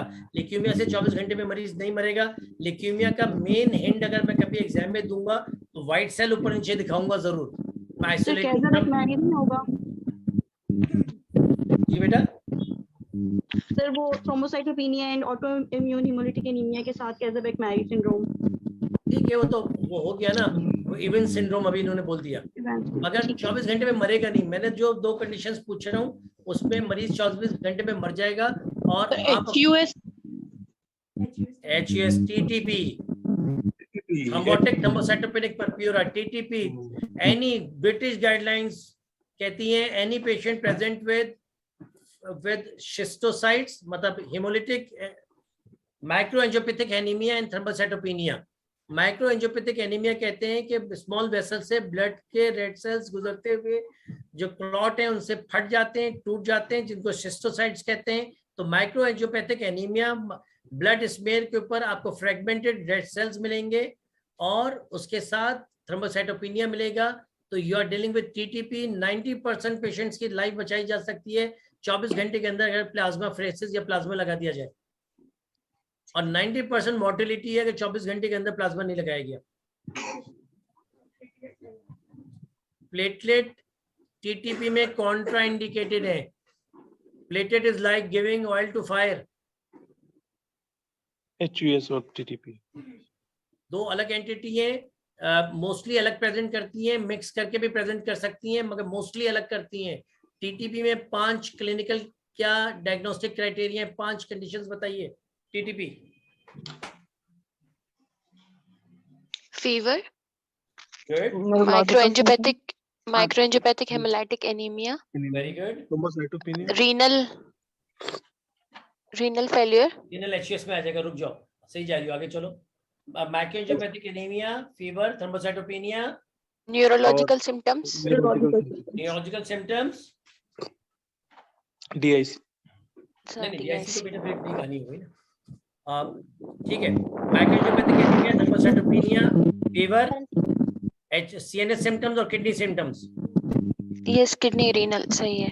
किडनी ज्यादा है तो एचएस की तरफ जाती है बात, और सीएनएस ज्यादा है तो ब्रेन के तो टीटीपी की तरफ जाती है। टीटीपी की तरफ जाती है। हमारे पास कुल मिला के अब तक 7-8 केसेस हैं, एक्टिव 2 केसेस हैं जो कॉन्जिनाइटल इनहेरिटेड टीटीपी के आते हैं, जिनके डे 10 डे 12 पे माइक्रोएंजियोपैथिक एनीमिया और थ्रोम्बोसाइटोपेनिया उन्होंने डेवलप कर लिया, और अब पूरी जिंदगी उनको हर 2 हफ्ते के ऊपर हम एफएफपी लगाते हैं। ये कॉन्जिनाइटल है। 2 तरह की टीटीपी होते हैं, congenital and inherited. Congenital and acquired, sorry, congenital और एक्वायर्ड, इन दो में फर्क कैसे करेंगे ये आपको बताएंगे, क्योंकि ये जरा भारी हो जाएगा। एनीवे, तो ADAMTS13 की कमी होती है, और एंटीबॉडीज अगर बन जाए ADAMTS13 के अगेंस्ट एंटीबॉडीज, तो ये एक्वायर्ड टीटीपी होता है। और कॉन्जिनाइटली इनहेरिटेड जीन डिफेक्ट हो जो ADAMTS13 फॉर्मेशन ना होने दे, तो ये कॉन्जिनाइटल इनहेरिटेड टीटीपी होता है। इसमें क्या होता है कि एपिथेलियल मेम्ब्रेन से धागे की तरह लटक रहे होते हैं वॉन विल्बर्न फैक्टर्स, और उन पे जाके प्लेटेड एडहियर और एग्रीगेट हो रहे होते हैं। ADAMTS13 चॉप ऑफ करता है, काटता है वॉन विल्बर्न फैक्टर्स को, और ये इसका रूटीन का काम है कि उसको चॉप ऑफ करना। जब ADAMTS13 नहीं होगा तो माइक्रो वेसल्स में माइक्रोएंजियोपैथिक हेमोलाइटिक एनीमिया होगा, और फिर वो प्लेटेड जो अभी आप बात कर रहे थे जका, वो कंज्यूम होंगे, तो माइक्रोएंजियोपैथिक एनीमिया एंड थ्रोम्बोसाइटोपेनिया होगा। आप जब प्लाज्मा डालेंगे तो प्लाज्मा में ADAMTS13 होता है, वो एडल्ट्स को तो रिप्लेस किया जाता है, पूरा प्लाज्मा फ्रेसिस किया जाता है। बच्चों में, छोटे बच्चों में प्लाज्मा फ्रेसिस नहीं किया जाता। 1, 2, 3, 4, 5 साल के बच्चों में, इनमें हम टॉप अप करते रहते हैं, प्लाज्मा लगाते रहते हैं, और फिर जैसे ही आप प्लाज्मा लगाते हैं 24 और 48 घंटे के अंदर 10,000 से प्लेटेड 4 लाख पे आ जाते हैं, 3 लाख पे आ जाते हैं। 2 कंडीशंस हैं जिनमें 3 कंडीशन हैं जिनमें प्लेटेड नहीं लगाने चाहिए, जिनमें से 2 कॉन्ट्रा इंडिकेटेड है, और थ्रोम्बोसाइटोपेनिया होता है। जी, टीटीपी एनएचवी, टीटीपी को देखिए हो गया। आईटीपी में भी, आईटीपी में प्लेटेड नहीं लगा, 3 में से एक आईटीपी हो गया, टीटीपी हो गया। टीटीपी कॉन्ट्रा इंडिकेटेड है, आईटीपी में लगाने का फायदा नहीं है, रिलेटिव कॉन्ट्राइंडिकेशन कह लो, या नहीं लगाया जाता। ब्लीड कर रहा हो तो लगा दो, पेशेंट ब्लीड करता हुआ ज्यादा सिम्टोमेटिक होके आ रहे तो लगा दो। तीसरी कंडीशन,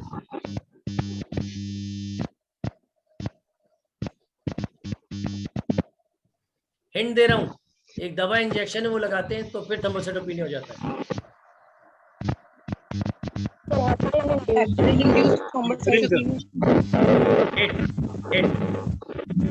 ठीक है, हिट में, टीबी में प्लेटेड ट्रांसफ्यूजन कॉन्ट्राइंडिकेटेड है, और आईटीपी में लगाने का फायदा नहीं। अभी लगाओगे 10,000 पे, 1 घंटे के बाद फिर 10,000 होंगे। ठीक है सर, वो मेडिसिन का नाम सर आपकी आवाज है ना, हेपरिन और ये उससे बहुत कम होता है, बहुत कम होता है लो मॉलिक्यूलर वेट से, नॉर्मल स्टैंडर्ड हेपरिन से होता है।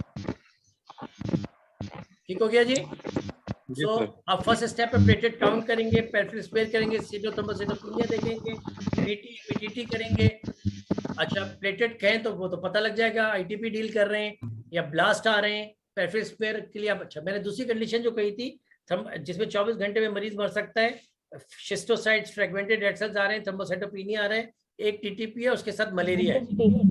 मलेरिया, मुझे एक कराची में हॉस्पिटल में बुलाया, इसी तरह का लेक्चर था। फारिग सर, एक पेशेंट है आईसीयू में, देख लीजिए हर तरफ से ब्लीड कर रहा है, 5 haemoglobin, 5 platelet, unclottable PTA PTT, low fibrinogen, और 20,000 वाइट सेल काउंट, न्यूट्रोफिलिया, तो severe anaemia, 5 haemoglobin, 5 platelet, 20,000 white cell count, bleeding from everywhere. वो बच्चा था 11-12 साल का, हर तरफ से ब्लीड कर रहा था। जब थोड़ा सा आप लेबोरेटरी वगैरह कर लेते हैं तो आपकी आदत हो जाती है, जैसे स्टेथ रखते हैं ना हर पेशेंट को, शादी में गए तो बच्चे की स्प्लीन चेक कर रहे हैं, ऐसे प्यार करने में आदत हो जाती है, सुबह से 100 स्प्लीन चेक की रही होती है तो एक और भी स्प्लीन चेक कर लेते हैं। तो इस तरह आपकी आदत होती है कि मुझे माइक्रोस्कोप तो दिखा दो, इसकी मैं स्लाइड देख लूँ। बहुत बुरा लगा, खवातीन को अक्सर बुरा लगता है आप उनके डायग्नोसिस को चैलेंज करें। जका सही कह रहा हूँ? बिल्कुल सर। तो स्लाइड में मलेरिया भरा हुआ है और वो कह रहे हैं कि गांव से जहर वाली मिठाई खा के आ गया है, बिलीरुबिन इनडायरेक्ट बिलीव पहुंचा हुआ ऊपर 20 पे पहुंचा है, 30-35 है। तो दे वर ट्रीटिंग मिठाई poisoning, they were assuming this is the मिठाई पॉइजनिंग, किसी ने इनको जहर वाली मिठाई खिला दी है। और जब माइक्रोस्कोप पे हम बैठे तो देखा उसमें तो मलेरिया भरा हुआ है। उसको एंटी मलेरियल दी, रात 10 बजे उसकी बहन 2 साल छोटी सेम कंडीशन से प्रेजेंट करती है। So malaria is a second condition, schistocytes, fragmented red cells with thrombocytopenia. 24 घंटे में बच्चा मर जाएगा। स्लाइड रिव्यू करनी है, अच्छे मॉर्फोलॉजिस्ट से, माइक्रोस्कोप देखने वाले से दोस्ती रखनी है। ये चीजें मरवा देती हैं और ये चीजें जितवा भी देती हैं आपको, अगर अच्छे आपके डायग्नोसिस प्रॉपर बन रहे हो तो। ठीक है डॉक्टर साहब, आगे चलते हैं। अच्छा, फिर पीटी और एपीटीटी के हिसाब से आप आगे बढ़ेंगे। अगर पीटी प्रोलॉन्ग है तो जाहिर है आप एक्सट्रिंसिक पाथवे सोचेंगे factor 7, APTT intrinsic pathway, PT APTT दोनों तो आप कॉमन पाथवे सोचेंगे। एक पुराने जमाने में टेस्ट होता था जो आजकल कम होता जा रहा है, क्योंकि अब आप डायरेक्ट फैक्टर लेवल कर लेते हैं। मिक्सिंग स्टडीज, इससे बड़े मजे से आप उठा लेते थे कौन सा फैक्टर कम है, 8 कम है कि 9 कम है। एड्सॉर्ब प्लाज्मा और उसके साथ मिला के आप उसको करते थे। और फिर फाइब्रोजिन लेवल देखेंगे अगर कॉमन पाथवे, अगर सब कुछ नॉर्मल आ रहा है, पीटी एपीटीटी नॉर्मल आ रहा है और सब कुछ नॉर्मल है, तो यूरिया क्लॉट लाइसेंस टेस्ट कहते थे फैक्टर 13 का। हम क्लॉट बना के चले जाते थे एक दिन पहले, अगले दिन आके हम देखते थे तो लाइज हो गया होता था। तो बड़ा देसी सा आम सा टेस्ट था, मगर फैक्टर 13 लेवल हो जाता है डायरेक्टली। अच्छा, यहाँ पे कैच है कि ब्लीडिंग टाइम और PFA 100। ब्लीडिंग टाइम दुनिया भर में खत्म हो गया। वो जो निशान हाथ पे लगा के ब्लीड का टाइम चेक करते थे वो बिल्कुल पसंद भी नहीं किया जाता। उसकी लिमिटेशन ये तो बड़ा देसी सा टेस्ट है और उसमें जो कर रहा है उसके ऊपर बड़ा डिपेंड करता है, वो घड़ी देख रहा है नहीं देख रहा, और बहुत सारे उसके अंदर कम फैक्टर्स हैं कि इसको पसंद नहीं किया जाता। इसको रिप्लेस किया है PFA 100। एक छोटी सी मशीन होती है, उसको आप प्लेटलेट CBC की तरह सैंपल दे देते हैं। PFA 100 में क्लोजर टाइम अगर ज्यादा आ रहा है, इसका मतलब ये कि प्लेटलेट या वॉन विल्ब्रांड फैक्टर में प्रॉब्लम है, प्लेटलेट और वॉन विल्ब्रांड लेवल के फैक्टर में कहीं प्रॉब्लम है। तो ये यूरोप में और वेस्ट में इसने रिप्लेस कर दिया है इन दो चीज़ों को देखने के लिए, ब्लीडिंग टाइम को। एग्रीगेशन स्टडी की मेरी बात तो हो गई कि जब आप देखें सब नॉर्मल आ रहा है तो आप देखेंगे आप प्लेटलेट एग्रीगेशन स्टडी करा के देखो।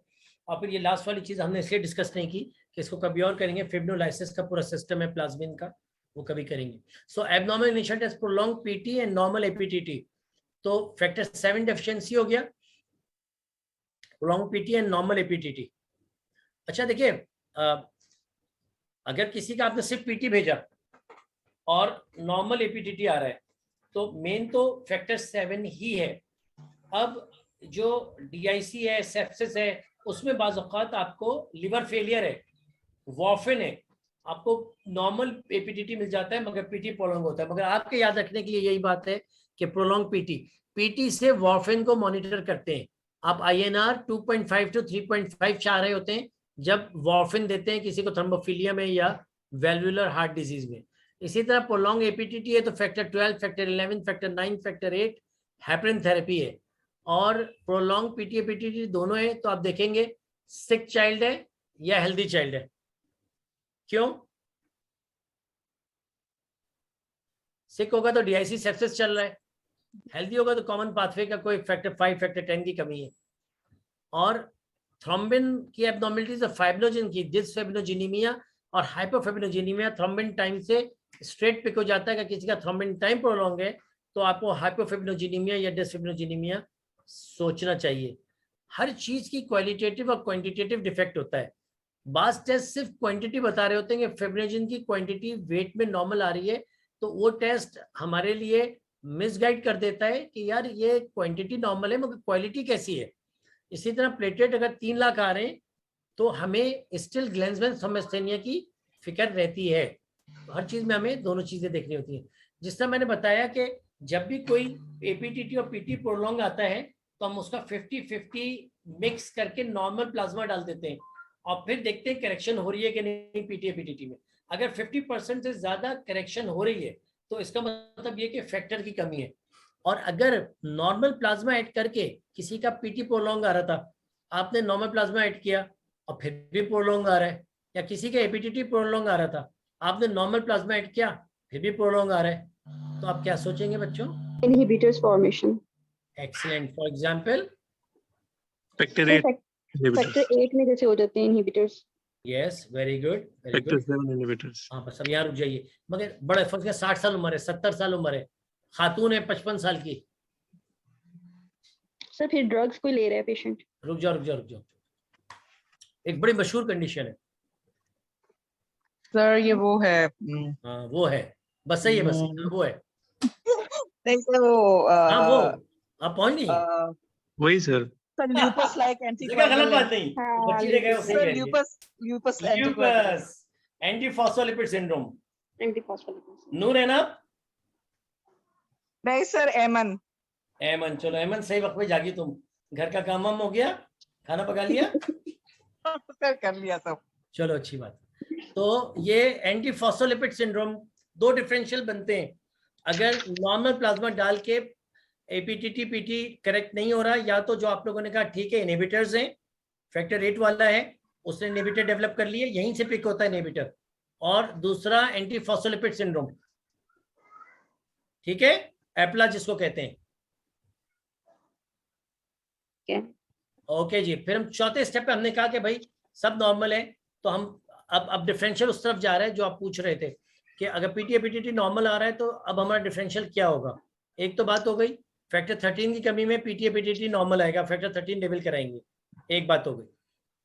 किताब से आप लोग कंफ्यूज हो जाते हैं। किताब में वॉन विल्ब्रांड डिजीज में एपीटीटी पे एरो लगा हुआ है ज्यादा का, प्रोलॉन्ग होगा, यही लगा है ना? ऐसे हाँ मगर नहीं, ऐसे नहीं है, उसके बराबर में एक एरो लगा हुआ है नॉर्मल का, कि नॉर्मल भी हो सकता है स्लैश के साथ। यहाँ से वो हमारी दुकान चलती है, बड़े बड़े असातिज़ा भेज देते हैं, यार समझ में नहीं आ रहा पीटीटी नॉर्मल है, बीमारी क्या है, और वो वॉन ब्रांड फैक्टर या वॉन ब्रांड डिजीज नहीं देखते। सही है। So in von Willebrand disease PT and APTT both can be normal, otherwise usually you are expecting a prolong APTT in von Willebrand disease, but at times if patient is bleeder symptomatic, आपने जो differential आपका बन रहा है, जो नूर ने या किसी ने सवाल किया था, वो ये बन रहा है कि या तो नॉर्मल इनिशियल कोagulation, मतलब प्लेटेट भी नॉर्मल है क्वांटिटी में और मॉर्फोलॉजी में, और पीटीटी भी नॉर्मल है, तो अब आपका डिफरेंशियल है factor 13 deficiency, von Willebrand disease, platelet function abnormalities. ये तीन है जो सबसे इंपॉर्टेंट है। ठीक है। फिर आपका वेस्ट्रल पर्प्यूरा या हिनोशन पर्प्यूरा वगैरह हो गया, ब्लीडर है, सिम्प्टोमेटिक है, मगर उसका जो है वो है। तो बस ये चौथा हो गया। देखो थ्रोम्बोसाइटोपिनिया तो नजर ही आ जाएगा ना पहले ही, और पेनसाइटोपिनिया भी नजर ही आ जाएगा। इन दो को तो मैंने गलत डाला हुआ, इसको हटा दो, इसको हटा दो, ठीक है। अब क्या रह गए? ऊपर के तीन इंपॉर्टेंट रह गए, von Willebrand disease, factor 13 deficiency, platelet function disorder और डिसफिब्रिनोजेनिमिया। क्वांटिटेटिवली तो फिब्रिनोजन की रिपोर्ट्स नॉर्मल आ रही होंगी, फंक्शन उसका सही नहीं होगा, डिसफिब्रिनोजेनिमिया।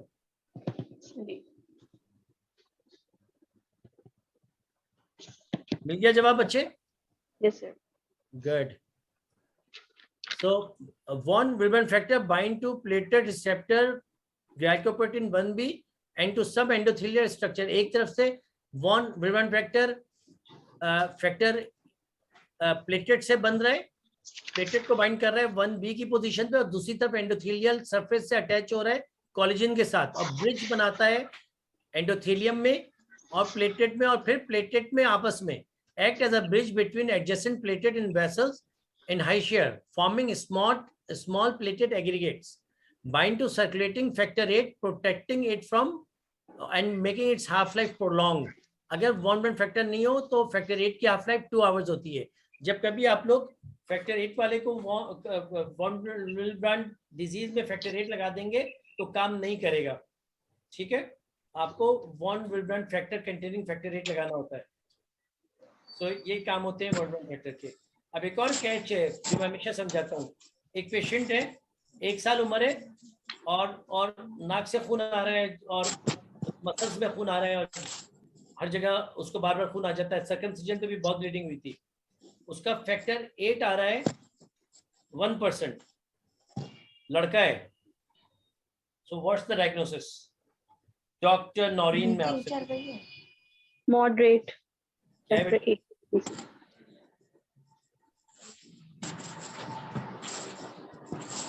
बोले ये कौन बोल रही थी? ईमन बोल रही थी? जी सर मॉडरेट फैक्टर 8 डेफिशिएंसी। चलो 0.5% है, सीवियर फैक्टर 8 डेफिशिएंसी हो गया, ठीक है जी है तो है। डायग्नोसिस बताओ ना सर। फैक्टर 8 डेफिशिएंसी है ना, अकॉर्डिंग टू एक्टिविटी उसकी सेवेरिटी हेमोफीलिया हुआ ना? Haemophilia sir, haemophilia. Haemophilia B. Factor 8 haemophilia A नहीं होगा? फैक्टर 8 हीमोफीलिया होता है। अच्छा, अब टेक होम लेसन। पहला काम ये करना है कि टेस्ट रिपीट करवाना है। अच्छा, दूसरी बात, मैंने एक बात समझाई है बच्चों कि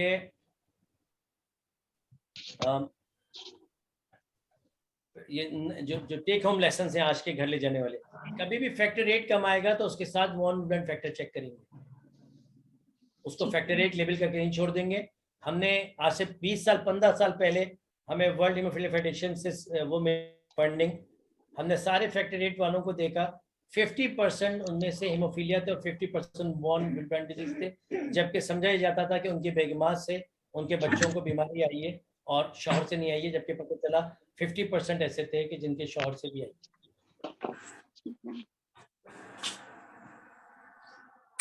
कौन सी टाइप है वॉन विल्ब्रांड डिजीज की जिसमें फैक्टर 8 कम होता है?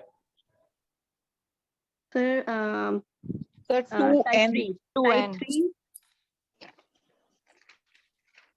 2N very. और सर टाइप 3 में भी फैक्टर 8 टाइप 3 डेफिशिएंसी। में भी। और ये चेक करके बताओ जल्दी से, देखो इनहेरिटेंस टाइप 2N की क्या है? डोमिनेंट है और ऊपर वालों की रिसेसिव है। इसमें type 1, type 2A, type 3B की अलग इनहेरिटेंस है, टाइप 2A, B और M की, N 2N और टाइप 3 की अलग इनहेरिटेंस है। ऊपर वाली शायद डोमिनेंट है, नीचे वाली रिसेसिव है। यस सर, टाइप 1 डोमिनेंट है। टाइप 1 डोमिनेंट है। तो अब देखो ना, इसमें भी इनहेरिटेंस का फर्क आ गया। और वो एक्सलिंग भी नहीं है, वो मेल से भी आ सकती है, फीमेल से भी आ सकती है।